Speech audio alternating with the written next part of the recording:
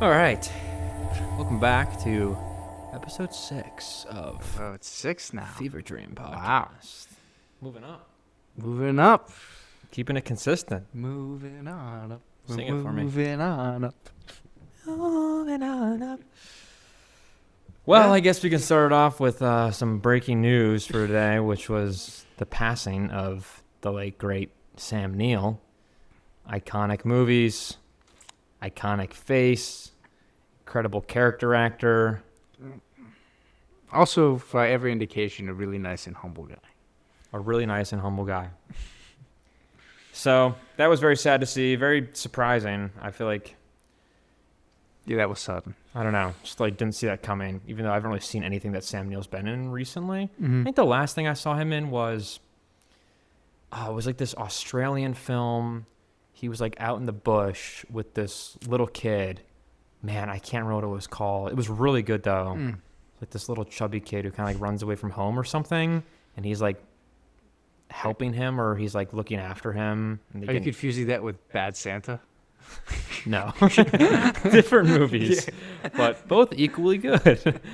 I haven't. I actually haven't. Have I seen Bad Santa? I don't know.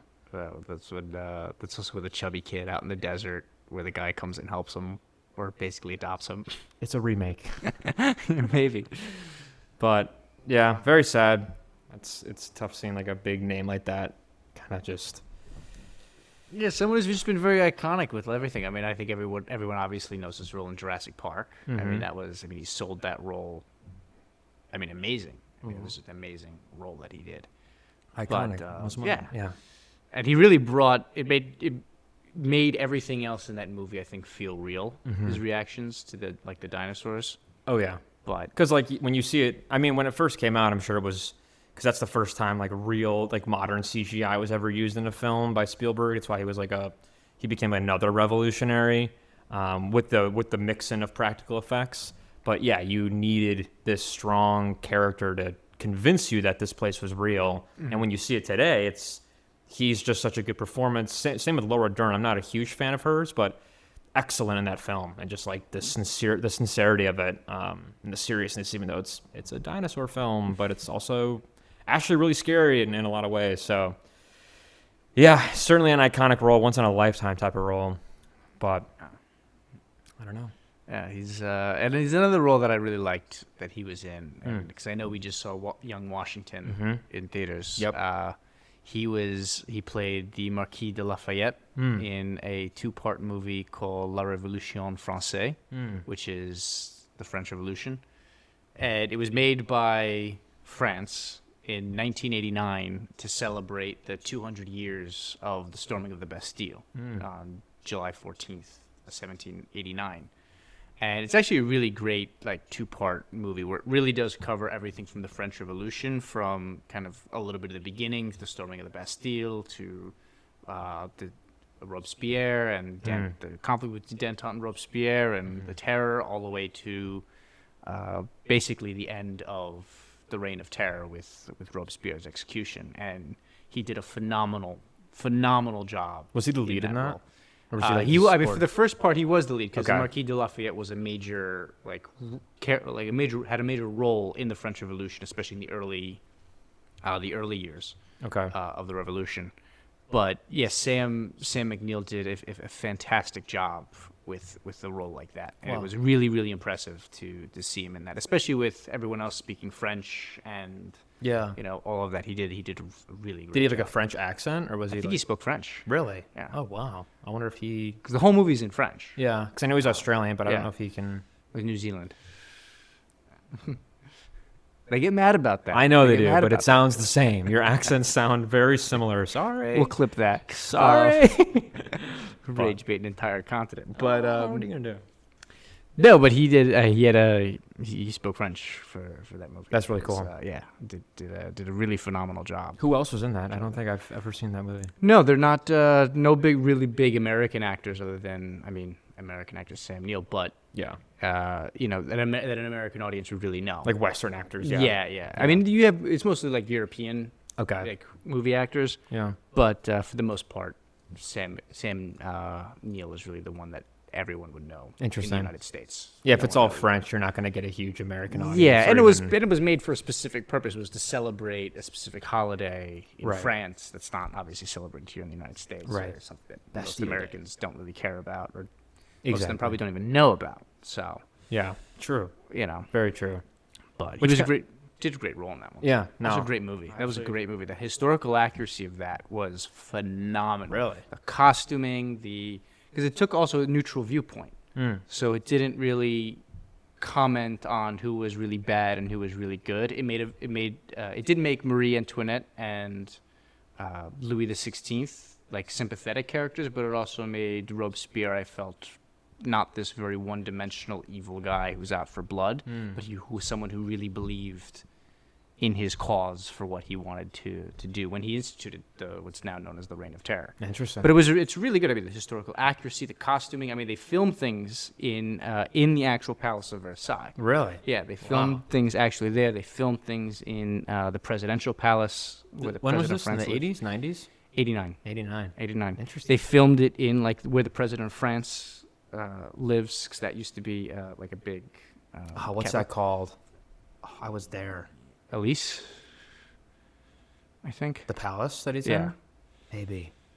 But they have that. They also have certain like filmed in and around like Paris, where they actually do stuff, and it's really, really like again the costuming, and they keep to for a lot of it too. I know for the debates in the National Convention in France and the Estates General, we have the transcripts of the stuff, and you had some of the debates like they just basically it was almost word for word Wow. that they would have. That's sweet. That's the fidelity that they had. To Better making the stuff. than Ridley Scott's Napoleon? Better, way better. Than Really? Ridley Scott. The lighting alone. Oh. Yes. The lighting alone. God. Yes, that was an awful movie. Easy one to beat. Awful I movie. would say. Yes, Yeah, very- not even worth It's discussing a that very film. low bar to beat. Yeah, Yeah. that was a terrible Napoleon movie. I mean, Waterloo is much better, and you can get it for free on YouTube. True.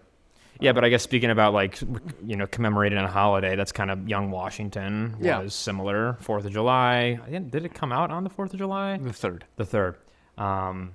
So that was pretty good. That was an interesting film that's been marketed for probably almost a year now. There's been talks of it coming out. And then it kind of, seemed like this hallmarky sort of movie that wasn't going to get a ton of traction, but it actually did. Yep. It did very well in the box office so far. Beat out all of the animated films, the Minions films that came out. And for the most part, it was a good film. I thought so. And it was, it still did have a kind of hallmarky sort of feel to it in terms of the dialogue and the writing. It wasn't the strongest, but I think the setting for what they were going for, it was the 7 Years' War they're following, which was nice. Yeah. I feel like there's not a lot of coverage on that because you just expect it to be the Revolution or whatever it is, but it was, 1755 around Yes. that time? Yeah. So, which I don't know a ton about from the early onset of Washington, but yeah, what are your thoughts on it? Yeah, I thought it was a good movie. I thought having it on the note of the July 3rd, I thought it was really interesting that they had it come out on July 3rd, because in the movie, if you watch it, and also historically, Washington surrendered Fort Necessity on July 3rd. And that Yeah, I was remember they yeah. made that a point. They're Yeah, like, they what's made the the day I'll date remember is- forever? Yeah, July 3rd. July Yeah, 3rd. that my name will always be tied with, that day of July, and Yeah. now obviously he's not. But I thought it was Right. I don't know if that was intentional that they released it on that Probably. July 3rd, or It probably or not. was. But I thought it was really good. I thought the actor who played Washington was very well. Yeah, he did a good job.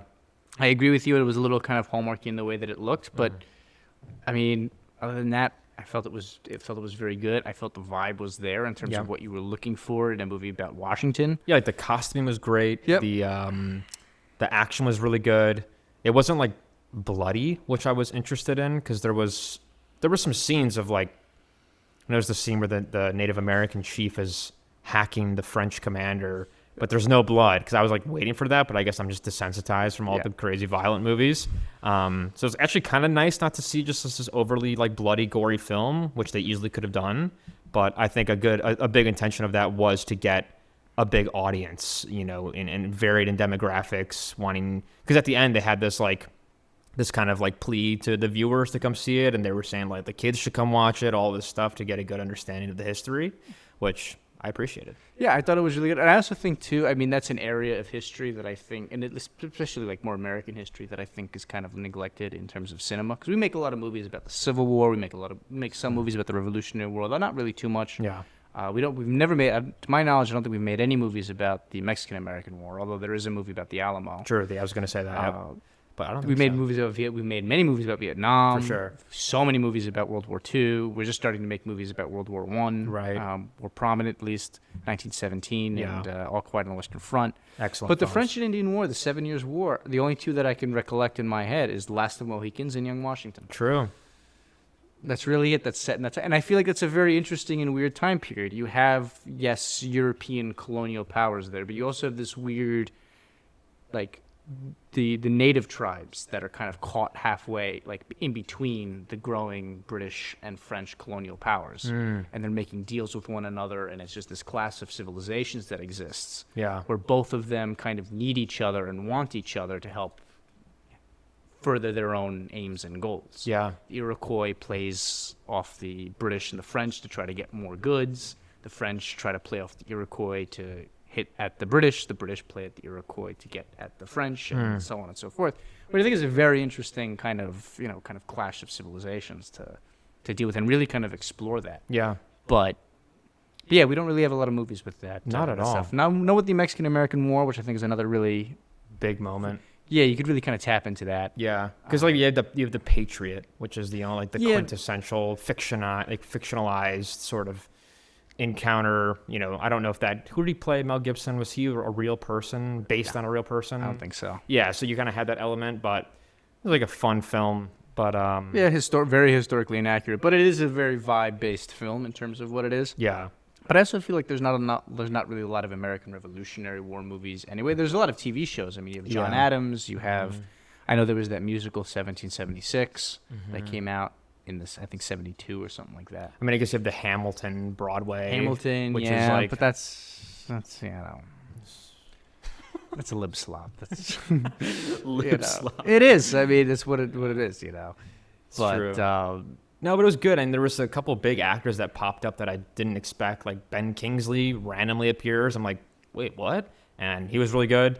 And then Andy Serkis out of nowhere. I'm like looking at his face because he's wearing a wig, and I'm like, wait, this guy looks just like Andy Serkis. And then it is Andy Serkis, and gave the good Gollum smile, and you can hear some little tones, which was cool. But no, really good. I think another thing that distracted me a lot in that movie, there was a lot of the scenes were very fast. They didn't linger on anything. So it'd be, even if it's a kind of like an interlude scene where there's not a lot of action happening, you would just get about like 30 seconds to a minute, and then it's the next scene and the next scene. There was never any sort of long played out part, which I really like in movies, but I guess, it wasn't a super long film, and I guess what they were going for made sense for it, but that was just He wasn't going for too long. I also think maybe that might have been more of a decision for the audience if they're trying to get as many people to come see it as possible. A lot of people's attention span has kind of been zapped to less than nothing. So I think having like a very fast-paced movie kind of keep most of the audience kind of attentive. That's true. In that way.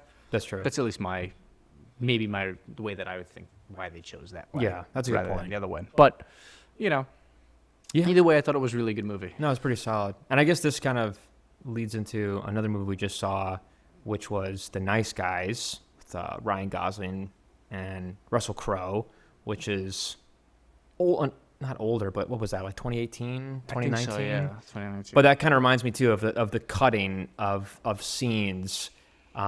Seeing that movie, it's my second time seeing it. There were, and this is kind of stereotypical for action films, but I don't know if you noticed, there's every scene there's like 50 cuts, like cut, just like filming on whatever's happening in it, like a close up, landscape, other person. It's so fast, and you don't notice it when you're watching it, but if you do notice it, like for a second, you can't unsee it. And thankfully, I didn't notice that till towards the end of the film, but there were so many cuts, which kind of bothers me. I don't know why this bothers me so much as I'm getting older, that I like movies that I guess it's just more impressive in terms of the acting, because it gets the actors to be able to showcase their abilities. You know, a movie like 1917, that goes a little too far with the whole one-shot narrative. But when it's too fast, it's like, okay, we're having like 100 takes per, 3-minute scene. Like, there's so many cuts, there's so many things, which is fine. But when it gets too noticeable, then I have a problem with it. And you're not letting the actors and, the script breathe on their own.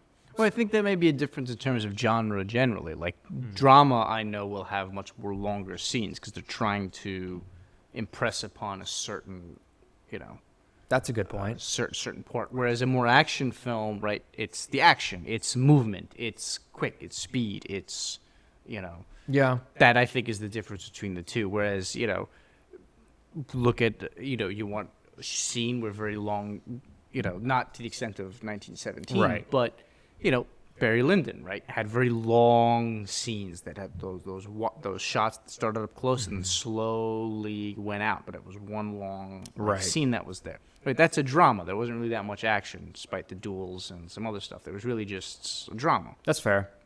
Whereas, with a lot of action movies, right, it is about the cuts, right? You get a car that's going over a valley or, a ravine Yeah, or there's something. 50 Right? cuts. You get 50 cuts of the Yeah.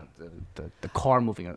Maybe jumping my whole across. thing, my hang up on it is because of these specific actors. When you have Ryan Gosling and Russell Crowe, who are, I guess you'd say, more notoriously drama actors. Like, they've both been in action flicks. I know Ryan Gosling's been in, a smattering of different types of movies, but I guess when I see those two guys on screen and they're both really, really good, I'm looking for the acting to be like the center of it, when I guess I shouldn't have expected that when it's more of a comedy action film. But I don't know. I guess it's my opinion for. See, I see with like Russell Crowe, and again, this may be very surface level, but I mean, his two big roles that I know, right? They're action. They're not really drama. I mean, you have The Gladiator, which is a very action-packed movie. Beautiful Mind. Beautiful Mind, but you also have Master and Commander, which is another one of his bigger roles that he's known for, in which it's also actiony, True. right? I guess so. So I think, and then you have, Drive with Ryan Gosling. And then you had him too in the musical, La La Land, which is, yes, is a drama, but it's also it's a musical. So there's a lot of action, there's a lot of movement that accompanies something like that. Whereas I would see maybe, if Cillian Murphy, Yeah. that's a different story, right? He's more, I Strictly. see him more as a more drama character. Yes, he does some action stuff in, Peaky Blinders, but he's generally, when I think of Cillian Murphy, I don't think action. No, I think of, more drama. Yeah. And I think that may be just the conception I have in my head of what these actors are. When I hear Russell Crowe, I don't hear drama, I hear action. I think I agree with you for Ryan Gosling. He's He's a very varied actor. Yeah. But yeah, I guess Russell Crowe might be too. I'm trying to think of other big films he's been in, which I'm kind of blanking on, which I don't know why. I mean, he made a lot of movie out of Gladiator. I mean, you don't really Because he had three back-to-back years of Best Actor nominations. It was A Beautiful Mind, which he didn't win, Gladiator, which he won, and there was another one that I cannot think of what it is. But Master and Commander? no, I feel like those came out like relatively they close to did, each but I other. don't think that was the one he was nominated for. Anyways, but I mean, for The Nice Guys, I liked it the first time I saw it, and then I saw it again, and there was a lot of things in it that kind of not ruined it for me, but soured it. Kind of the whole focus on Ryan Gosling's daughter. He's just this neglectful dad. He's kind of like this bumbling buffoon, but he's also weirdly good at his job. But she's already like a better detective than he is. And she kind of gets to come in and basically solve a lot of scenes where they're just kind of fumbling around. You have these two professional, like, personal investigators, and then this, kind of this daughter who's a little, kind of a smart aleck in a way, and she just is able to do everything, and she just accelerates the plot. It's a kind of like a sort of like Disclosure Day with the sticks. It's like a get out of jail free card. Like, we need to fix this scene and do it quickly. Well, what did she do?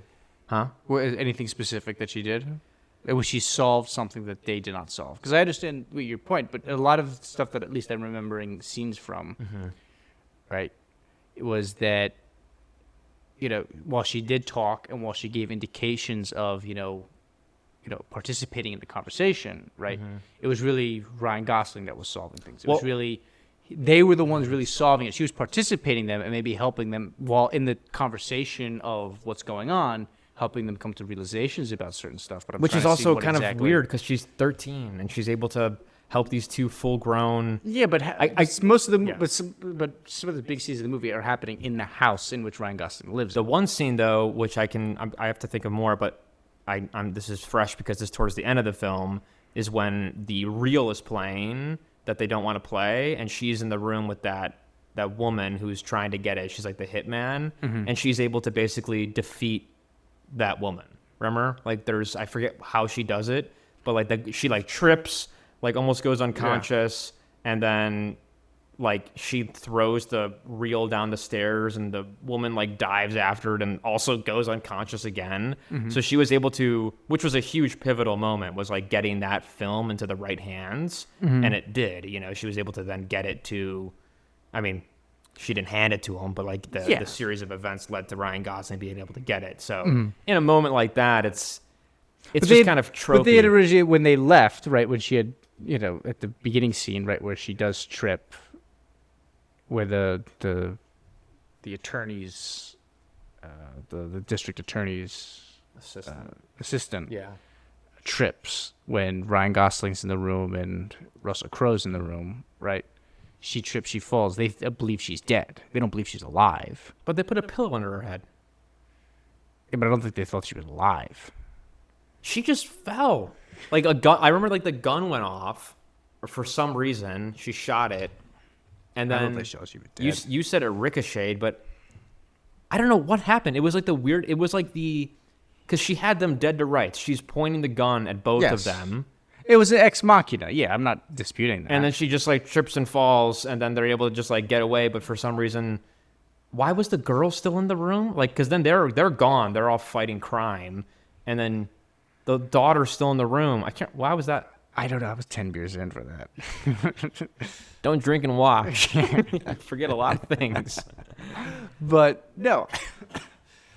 I think she was with the real, because they thought it was the next safest place for her to be in because it's surrounded by all these other fucking people, I guess. But I don't know. It's also, to me, it's, I view like a comedy movie has a different type of standard for me than what a drama film has. And a drama has a different standard than what an action movie has, right? I don't expect an action movie to really be like, really conform to the laws of physics.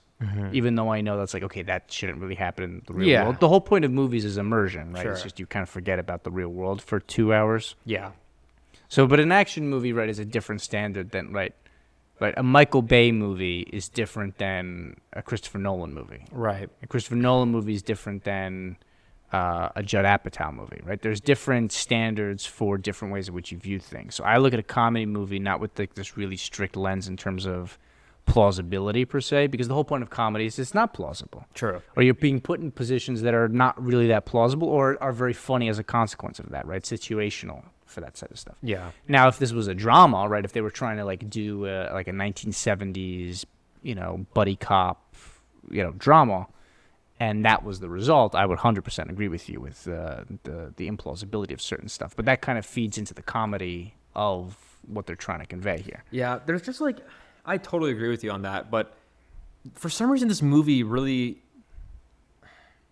I just think it missed the mark on a lot of things with me, because once again, it felt like a movie trying to do too much. The plot was very loose and kind of weird plot. Like it just, the incentives for everybody was a little strange. There was also very deep moments that were kind of resolved, like when Russell Crowe kills that dude on the street. He like chokes him out, and she's like, "Did you kill him, the daughter?" And then she basically, he says no, and then she asks him again, and it's like this really deep moment where she's like, "Oh, if you had killed him, I would have never talked to you again." And then his face, and then he's sitting in his car, and it's like, it's like really heavy for like no reason, and then all of a sudden they're like back out running around like chasing stuff, and then at the end he like doesn't kill somebody right when she's standing there, of course, even though this guy just killed 150 people, no cap, like easily, and like this guy is like, I need to get this guy, and then. Well, my response to that would be two things. One, it kind of also feeds into the trope of like these comedy shows that also like it's funny, especially in the 90s. You really have this a lot in like shows like Full House or Fresh Prince of Bel-Air. We have like a really heavy scene. The music at the end. goes down. Yeah, a really heavy scene for the whole thing, right? That's Which fair. you need to have something bad happen in order for the funny things to be more fun. Yeah, but no one was choking anybody out in Full House, and true. But you had people like with cancer and like all that other stuff, which arguably is the music. Yeah, like, and it was like, oh, Cuts the to a live studio commercial. audio, yeah, It's true. you know. Or But the more famous, the more famous one I think I've seen, like you have with the commercials, right? It was when Home Improvement and the Dana White show. No, not Dana White. Tim Allen. No, Tim Allen was in Home Improvement. What's the one? Dana Carvey? Which movie? Carney? Which I don't know show? the name. It was like the Dana Carney show. I don't know if I some know comedian or whatever. But I'm probably pronouncing his name wrong. It's fine. But it was a thing where it was like the commercial on ABC where it was, and these people are dealing with the worst thing ever, and it was like one of Tim Allen's kids in Home Improvement being like, I don't want to die of cancer, Daddy. And then it cut to like, and after at 9 a.m. and it was like the Dana Carvey show. It was like, like, it was so, like, and they showed it to like some of the people, the old people who were on that, you know, the comedy show, and they started dying laughing. Interesting. Like, this is crazy. But you have that kind of dichotomy that exists there. It makes the, you know, the bad parts kind of highlight the funnier parts, and Yeah. And I think too with the, you know, the choking them out and the not choking them out. Again, I think too every character. I mean, it's the rule in every fucking movie, right? There needs to be an arc for each character. Right, each one kind of goes through those changes and does that thing. So you have this guy he's got really nothing. He's, you know, Russell Crowe's character. You see his home. The only thing he really cares about is his fish at the beginning, and then he, you know, doesn't really have family. He doesn't have a girlfriend. He doesn't have anything really. Mm-hmm. And then he kind of falls into with Ryan Gosling and the kid, and like, you know, I just hate how quickly he like developed this paternal sort of like demeanor towards the girl. Like it seemed like he cared more about her than Ryan Gosling did, which it's like you can do that, but for a movie where, you know, they seemingly have known each other for like a day, like a couple days, was a little unconvincing to me. I feel like there was just things that were sped up to move the plot along. Sure, Whether it yeah. was her, you know, providing advice that they didn't think of, and then all of a sudden they get like a eureka moment and they're able to figure something out. but it's also like she is, you know, I don't think Ryan Gosling was necessarily negligent toward his child. I think he did care about her, right? I think, but he cared We about have her in to his own define way. what negligence is, because I feel like every scene she's like out at like 12 midnight, like in the field reading. Yeah, but that you was know? also the 70s, where and kids he's were blackout drunk in the swimming pool. But that was also the 70s. That was the whole point of like the latchkey kids in that time period. Like it wasn't like now where you have Life 360 attached to you. And I guess you gotta so. Go outside with floaties. But you like know, negligent in the because it's sense gonna where rain, he's like you know? he's like, go to Jessica's, and he leaves, and like she just like doesn't listen to him, which I guess that's the time period. Yeah, but it's just- I don't know. It's Yeah. just it felt a little weird how Ryan Gosling's character seemed like he just couldn't really be bothered. He just wanted to live his life how he wanted it to be, whereas Russell Crowe was this weird paternal figure for her, but also, you know, did something which she never figured out when he killed that guy, which is like infinitely worse than what Ryan Gosling has like done as a father. So it's just like, oh, the new paternal guy is Russell Crowe, but he just murdered somebody basically in front of her and then lied to her, but she like trusts him more than I don't think you trust, but I think she still trusts her father too. I think I guess. you trust Ryan She said Gosling. she hates him like 100 times. Yes, but I think it's more of the context of like you know, more family. It's, you know, parent child. I hate you, and then it's like, yeah, you don't really hate me, and I guess. because I feel like you're reading maybe a little bit too much into the I'm a thing cynic for it. on these things. I know you're a cynic for these things, and I but- liked that movie when I first saw it, and I was expecting to like it again, but I think I just like didn't. Maybe it's just like it's a little dated in the sense of its humor or whatever Maybe. it might be, and you know, kind of the post that was like during the, or like I guess that was like right before. I guess kind of in the middle of the woke movement where you weren't making the Seth Rogen films anymore. That was kind of gone. There was no comedy films. So like, let's bring these two massive stars and try to do something. And it was decent. I'd give it like a 6 out of 10. Yeah, I think that's a fair, it's not the greatest comedy movie ever made, but it's also not the worst. And especially for when it was made at the time especially now, I mean, that's really kind of the last comedy movie that I could really think of for like adults. Yeah. I don't really recall.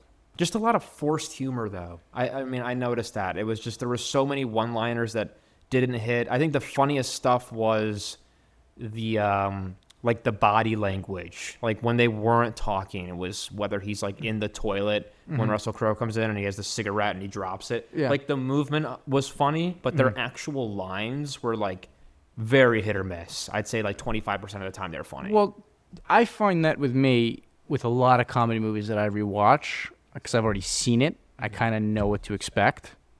I kind of know what the line, even if I haven't seen the movie in a while, I still have a vague understanding of what they're going to say. Yeah. And where this is going to go. And while it's still kind of, you still have like new moments that'll be funny or some parts that I will always just find funny. There's some lines that I'm like, all right, I've heard this, and I've heard this before. Like, true. So it's no longer as funny to me. Like I could watch Wedding Crashers, and I could still find certain scenes very, very funny. Yeah. And I'll still find certain things hilarious. But then other times I'll watch it and I'm like, it's not hitting right now. But it's also because that goes to show with, Wedding Crashers, you have Owen Wilson and Vince Vaughn, who's like bread and butter was comedy films. Yeah. Whereas for Russell Crowe and Ryan Gosling, that's not their bread and butter. Yeah, it was new for them. So it's just kind of a weird risk, and that's probably why it didn't really hit at all. And it's kind of developing more of this cult following, and it's kind of resurging a little bit. But I don't know. I just feel like writing is very important, and if you have a good writer, those lines will be delivered no matter how. I mean, you have to be a good actor to some extent, but I don't know. Those ones will be delivered. But... Like movies like Superbad, when there was like, who was the guy that played McLovin? I think that was like one of his first movies. It was like the funniest guy in the movie. Like he's just like excellent because the writing is so compelling. Like also, I think he was very fit for that. The way he acted for that role, I think, sold it very well. I think if you were to have anyone else. You can't have Dave Franco do that role. No. You know what I mean? You needed someone that looked like him. You needed someone to talk like him. You needed someone to like... I just said miscasted. I meant miscast. Oh, yeah. John got a lot of issues for that one. Apparently, cast doesn't have a past tense. It's evidently just not. Cast. Miscast, yeah. Miscast. So... Evidently. Right. You don't have to... Miscast. We don't need 7 comments on this clip. And now it's probably going to be like, miscast isn't even a word. It's just he was the wrong cast. Yeah. It'll be something else. Yeah, whatever. Everyone's a critic. That's what we're doing. Including me, excluding us. Yeah, that's very true. But, it's kind of the whole point of we're like those 2 old people in The Muppets. Yeah, he's very crotchety. That sit in the gallery in the theater. Yeah, what's their names? I forgot what their names are. Bertie and Arnie? Or Bert and Ernie, that's Sesame Street.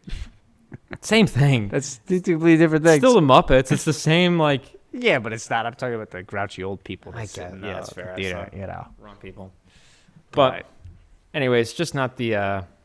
not my favorite that's fair. Variety of reasons, but not to be surprised for the lack of comedy films anyways. No, yeah, that's the other thing is, I mean, I'm not... Is there anything coming out? Well, the new trailer for Digger just came out. Did you see that today? I did. I was not impressed with the lighting.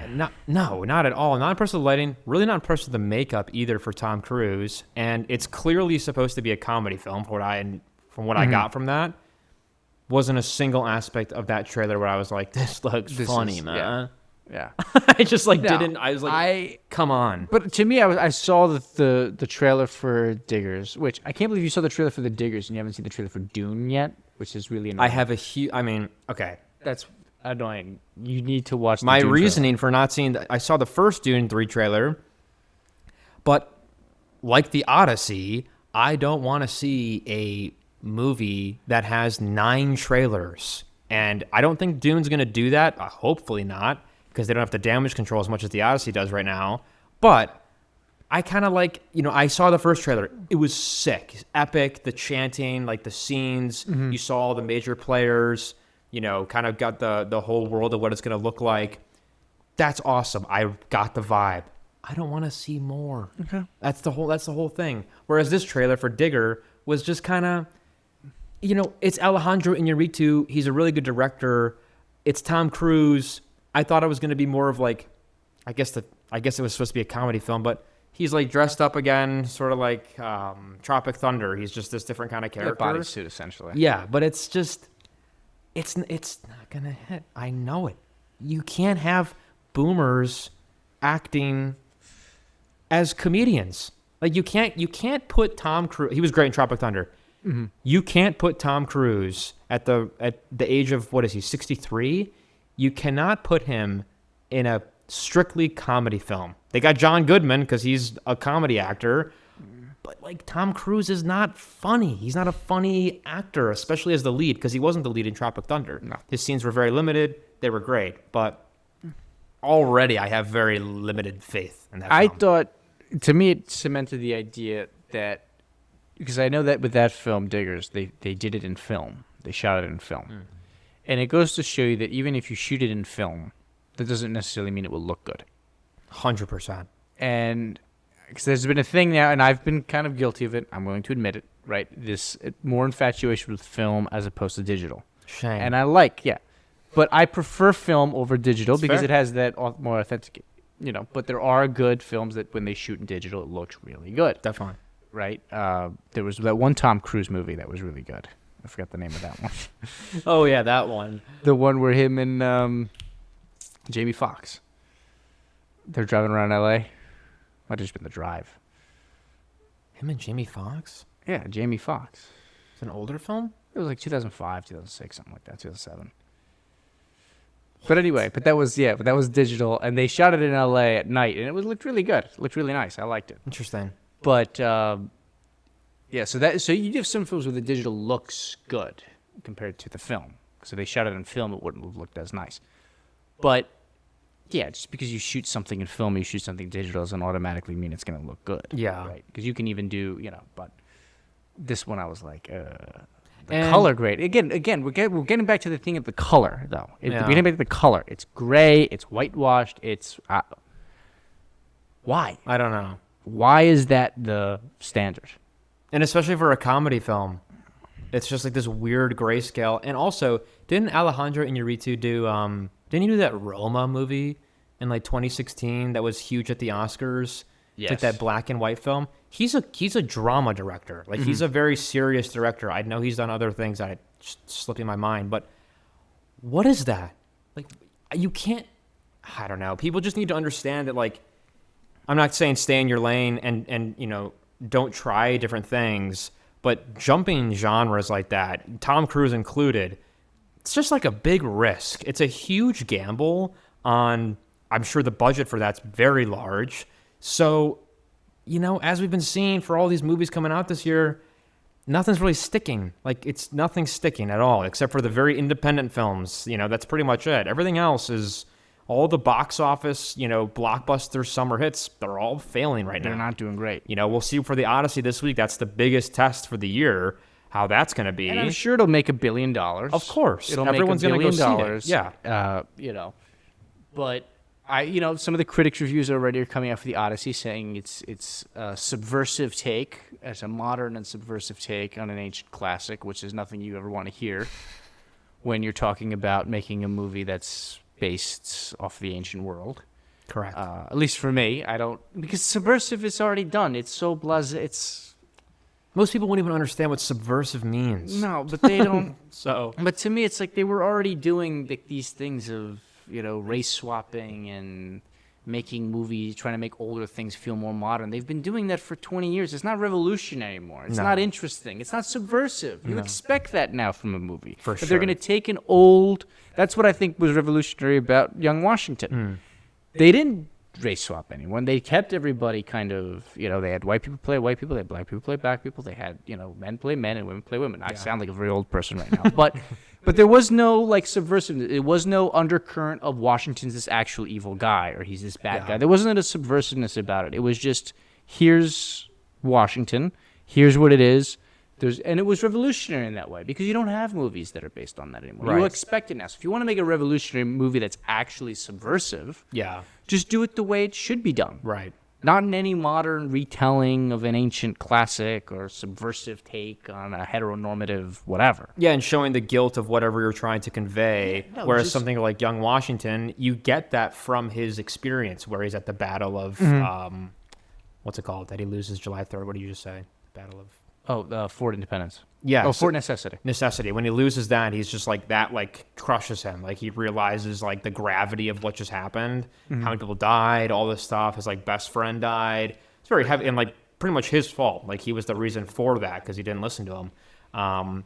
That's all you need to do. Like you don't need to give any other things to be like, this is why Washington was bad. You know, he owned slaves. He was yada, yada, yada. It's just like, okay, yes, that's true, but there can also be other things that are very true in terms of the time that they were in, the experiences they were having, and like the gravity of the situation. Yeah. And we'll see if the Odyssey can do that, but it's already not based off of the original text. No. And they've already included characters. Elliot Page character, Scion or something, Sign-On, yeah. is from the Aeneid, right? You said the Aeneid, yeah. Aeneid. So it's like you're bringing characters not even from the text. No. And again, Huge it's I get it. You want to do like your own take, your own version of it. You don't want to be historically accurate. That's one thing. But to then try to what was really just a slap in the face too was the country of Greece was kind enough to give Nolan, I think, like somewhere to the tune of almost $6.5 million to make the movie. Mm-hmm. They allowed them to film in certain places in Greece. And this is what you're doing to their national story. I can't imagine being Greek. I'm already pissed of the way the movie is as someone who appreciates the classics. I can't imagine being Greek And then to watching not this stuff. bring up single Greek person. In Not the to bring movie. a single Greek person, not to even try to like deal with the source material in any type of respectful way. No. But then also with the international, the constant media appearances that they're doing. Holy Lord. They're not even going to Greece. Of course They're not. going everywhere but Greece. Every metropolitan Western city. That's where they're They're going. not going to Athens. No, they were in New York today. Yeah. Like, They went to India. yeah. And I get it, Greece might not bring in the big bucks when it comes to the balance sheet of how much the money will probably make internationally, right? But you could give a nod to Greece by doing at least one appearance in Greece. Wouldn't it be cool to do like some sort of festival like right outside of what's the big Parthenon. The Parthenon. How sick would that be? Just if Greece is so poor and so like down in the dumps, let's try to revitalize it. No better time right now than a Christopher Nolan film with the 20 biggest actors in the world to bring them all to Athens. Let's go there. But yeah, you'd No. think, but I mean, just the disrespect of that is insane. I can't imagine anyone doing that for anyone else, for any other culture or any type of course mythos. not. If you were to make certain things of the Mahabharata, and I get it, it's a religious text, so it's different. But if you were to try to do anything for any other national epic in any other place and try to skip over that country or, take their money and then make all these types of really modern, swapped stuff, you'd be castigated for it because 100%. it's considered disrespectful. And rightly so. of course. It's rightly so. And yeah, I think a big reason too is that they just see Greece as part of the West. It's part of Europe. It's Europe is a free for Europe's for whatever you want to think Europe is. It's for everybody. There's not any sort of national identity anymore for any of these countries. So you look at someone like Greece, it's just like, oh, it's the same as France. It's the same as Germany. Like it's same thing. So that's probably why they're thinking, oh, it's another Western country. Let's just do what we want, and no one's going to care. But it's like a lot of people are caring. So Yeah, I mean, because it's also something in which that this is a story that's very foundational to all other stories that we've told ourselves, at least here in Western civilization. To potentially try to take a hatchet to it is a problem. Now, again, we'll see how they do with it. yeah, But I'm not holding my breath that it's not going to be some version of a hatchet job. And I'm certainly not holding my breath anymore. Before I was trying to maintain some optimism for it. I still am. I'm still thinking it's going to be an objectively good film. Is it going to be good for what it's trying to go for? Most likely not. But the damage control they're doing right now is fascinating. It's absolutely fascinating. You have every actor, the top 10 actors are all on this unbelievable press tour. They're all doing, they're either their individual interviews with a duo, with a group of them. You have Christopher Nolan. He's probably given 5 to 6 interviews. That was crazy to me because I've never seen for any Christopher Nolan, and maybe there'll be someone on the internet that proves me wrong. Sure. But probably they will be. But to my understanding, I've never seen Christopher Nolan do a press release, himself do a press release tour for one of his movies. I didn't see it for Oppenheimer. Nope. I saw Cillian Murphy. Yep. I didn't see him. Nope. I didn't see him for The Dark Knight. I didn't see him for... Any of them. Dunkirk, any of them. Tenet. Especially with the actors. No. Like, he's in the room going to, like, a Q&A with, like, Tom Holland. He's been doing all these things. Yeah. They're in, like, a coffee shop, him, Tom Holland, and Matt Damon. There's a photo with all of them and, like, chat. It's like, that's how you know there's something amiss. Like, there's something wrong, and they're trying anything to get people to come see it and appreciate it. And I know the critics are saying it's good because, well, the critics are kind of really going to have to say it's good. I mean, they're paid to say it's good. They're paid to say it's good. So it's really going to be what the audience says it's going to be. Because I have no doubt, and again, I have no doubt that there's going to be some cool scenes. I have no doubt there's going to be some really good acting. Absolutely. I have no doubt that that's going to be the case there. Mm-hmm. But you're making a movie that's going, from what I've seen so far and everything that I've heard, which I've heard a lot already about this movie. Unfortunately. It's going to come out a mid-film when this should have been your Lawrence of Arabia. And if you didn't say anything, it would have been not just a mid-film, it would have been a good film or better, like automatically. Better way to describe it. This is going to be your Irishman. Yeah. Right? Right. Instead of your Lawrence of Arabia. And that, I think, is going to be the big problem. Yeah, 100%. And now there's so much hype built around it. You have every, like, actor's intricate takes into either the text or, the filming of it itself. Text to which they've never read. Of course not. They all read it for the first time when they got cast. No, they read the screenplay. They didn't read the book. Oh, yeah. I mean, some of them said they did, but... I don't believe them. Robert Pattinson said he did, so I believe him. I don't believe any of them. But apparently, Lupidia, whatever her name is. Lupita. Lupita? What's her name? Lupita Nyong'o. Lupita Nyong'o. Lupidia. Yeah. Lupidia. Sounds like a Greek name. Yeah. Greek I name. was trying to make it more Greek. But, no, it's apparently, I think, based on her response to What Would You Tell Homer, I think she believes that The Odyssey is a screenplay. Or a play rather than an epic poem. Based on her response to that question, why I would tell Homer that he needs to give more female screen time. It's not a screen. It's not a play. It's an epic poem, and Athena is the biggest character. Yeah, she's the one who's guiding Odysseus. She was clearly unfamiliar with the text, even though she has an MFA from Yale. Yeah. So it's just like... Yeah, it shows you the quality of that degree. And then, she thought she, as the Gen Z say it, ate with that line. You have, like, Himesh Patel, of course, a duo interview, and he's like, ooh, and then they're all just, like, hyping her up. It's like, what are you... If I was next to her, I'd be like, what are you talking about? It is the stupidest comment to make because it shows the complete lack of understanding of what you're talking about. 100%. It's embarrassing. It is embarrassing. It's so embarrassing. And there's already controversy around her character. So it's like, you're not doing anyone any favors. No, but talk about damage control. It's like throwing it to the wind for these people. Yeah. The wrong people will like it, and they're entitled to like it, but they're going to be wrong. But they're the same people that don't really engage with anything critically. They're the people who engage with the classics. And I think the people who really do appreciate the classics are going to be very disappointed. Of course. I mean, they already are. I mean, I'm already disappointed. Yeah, I'm a big already appreciator know. of the classics. I love the Iliad. I love the Odyssey. I read them when I was younger. I still read them. I read the Iliad recently, I think like 2 years ago. Like, I like the classics. I'm a big reader. The only thing I'll give this film, or I guess I'll give Christopher Nolan, is that in one of the interviews, or maybe a quote that I saw, he recognizes that this film is now for the public. This film is to be interpreted and received by the public, and it's no longer theirs to control. But it's kind of weird how they're doing so much press because it seems like they're trying to control it. But unlike Spielberg, he's understanding that as this comes out, this is no longer my film, it's the public's film. We'll see if he changes his tune if the public turns against him. They're not going to. Well, like, I don't know. The critics aren't. Maybe, I mean, the public's already turned against him. The trailer had the most dislikes in history. So we'll see. It's already a train wreck. Everyone's going to see it anyways, but so are we. But well, we have to. It's our job. But you pay us for this. They don't pay us nothing. yet. We want you to pay us.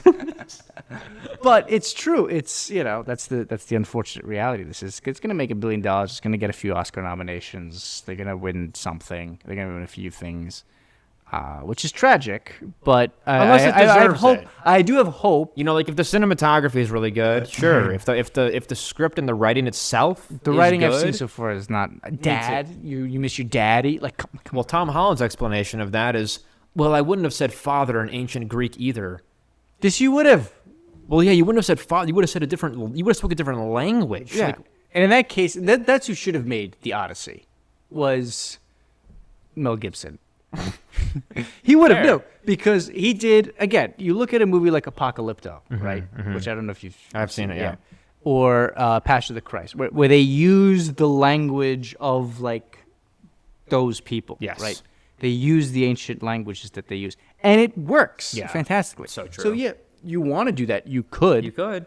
And you could make it great. And I also have a feeling Mel Gibson would have treated the source material with a lot more respect. Absolutely. And a lot more reverence that it deserves. Absolutely. As a classic as a foundational pillar of Western literature. Yeah. Would have treated it with the respect and reverence that it deserved, and you would have seen it on the screen, and it would have made it 1,000,000 times better, even if the writing wasn't that amazing, or even if the acting was a little whatever. It would still have been an amazing movie, because it would have been a great movie, not just a good movie, but a great movie, because of the respect that you would have felt on the screen for what it was dealing with. That's a good point. And you also wouldn't have taken shortcuts with armor or any of that stuff. I know. It's just like, they're just, like they said, they're trying to make it for a more modern audience. So it's just like, all right, whatever. That's all you can say. You can just say whatever. Like, you're not going to change it now. Like, it's already premiered. It's already coming out. So It's already coming out, yeah. It's just time will tell. And I have faith, however little of it, that I believe that the public will do the right thing. But the I public think so. rarely does the right thing. I so think we'll the see. public is already against it. So unless that's just a microcosm online, but I think likely. A lot of people think that Infinity War was better than Dune, and I think that those people are... They're troubled. It shows you the how bad the American education system has become. Yeah. And it's plummeting. Oh, No one's talking about it anymore either. Well, yeah, there's something just came out too recently from The Atlantic, which is another rag magazine. But they had a really good thing where they talked about how basically, a lot of people are just functionally illiterate. People 100%. don't read anymore. Of course and I think too that comes to my theory about why people aren't why the writing in movies and TV shows is not great. I think because one is the time, the attention span of people, but two, the people who are writing for movies and TV shows, they're not reading. Yeah. So how can you write good Go figure. if you don't read people who have written great things? Great question. You get more people who don't read, which means that they go through college not reading. Yep. Because they don't read. They'll chat GPT, whatever. Yep. And then they'll go into get these roles for writing without having last time they read a book was maybe in 8th grade. Yep. Go figure. How are you supposed to... And we're wondering why Hollywood is suffering. How are we supposed to make things good? Because if you can't have a good script, you can't have a good movie. That's a guarantee. Guarantee. But anyways, Odyssey this week, Thursday, July 17th. So July 17th is a Friday. Odyssey this week, July 16th, I think it comes out. 17th. Odyssey, John's July having trouble 17th with dates this today. Friday. Well, don't movies always come out on Thursday? That's like the premiere. It's like releasing Friday, but there's always like it comes out on the Thursday. Well, think. before. Today is the 12th. Nope. 13th. 13th, 14th, Tuesday. 15th, Wednesday. 16th, Thursday. Yeah, so I feel like it's going to come out on a 17th. Thursday evening. I know it's the 17th. 16th or 17th. 17th, I know because I looked it up on AMC today to find tickets. Go see the Odyssey because we're going to talk about it next week, and it's going to be an interesting one, good or bad. That'll be a long episode, so buckle up. 3 hours. It'd be as long as the movie. Anyways, like and subscribe. Like and subscribe. Thank you for your viewing.